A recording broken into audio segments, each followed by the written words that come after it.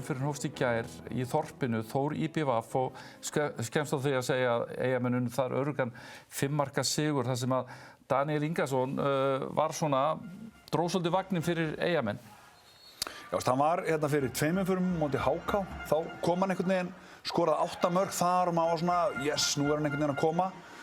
Og svo aftur núna, bara frábært, þeir þurfa svo sannarlega á honum að halda, sérstaklega með Elís einhvern veginn úti, það vantar fleiri menn til að skora og sérstaklega þá þessi mörk utan af velli, hann og Sigtryggur hafa verið svona að skipta með sér. Sigtryggur var ekki með. Þessum mínútum, Sigtryggur ekki með, þannig að Danni þurfti að stíga stærra skref og hann var frábær. Haukur Leó Magnússon, hornamaður, hann átti prýðisleik, sérstaklega í fyrri hálfleik, nýtti færin sín vel. Gaman að sjá unga og efnilega stráka fá stór hlutverk og tækifæri og grípa þau. Það var greinilega farið vel þennan gutta í rútunni og hann bara verið sprækur í byrjun sérstaklega leiks, var að fara vel og hoppa vel, horfa á markmannina, vel gert hjá hann. Og Morgan Góði byrjaði í markinu, stóð sig ágætlega, en sko, ég væri Þórsari, ég væri mjög áhyggjufullur. Og við skulum sjá bara þennan smá sýnisotn af bara ótrúlega klaufalegum atriðum hjá þeim. Hérna missaði boltan raun og veru algjörlega ástæðulausu. Hér gripið frá Oddi. Þetta svona... Þeir eru svo fljótir að verða agalausir.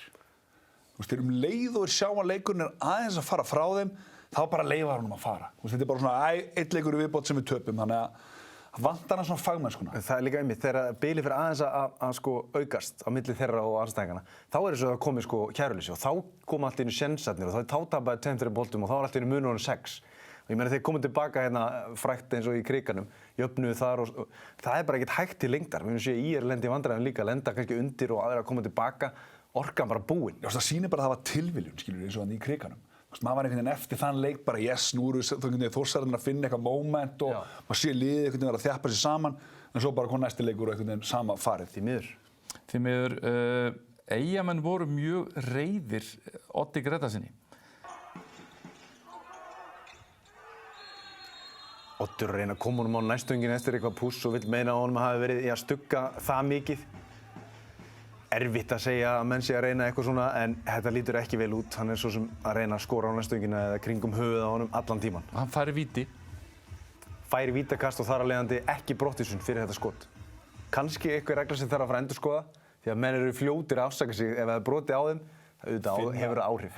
Finna smá touch og moment, breytum aðeins leiknum, skjótum í alltaf á honum.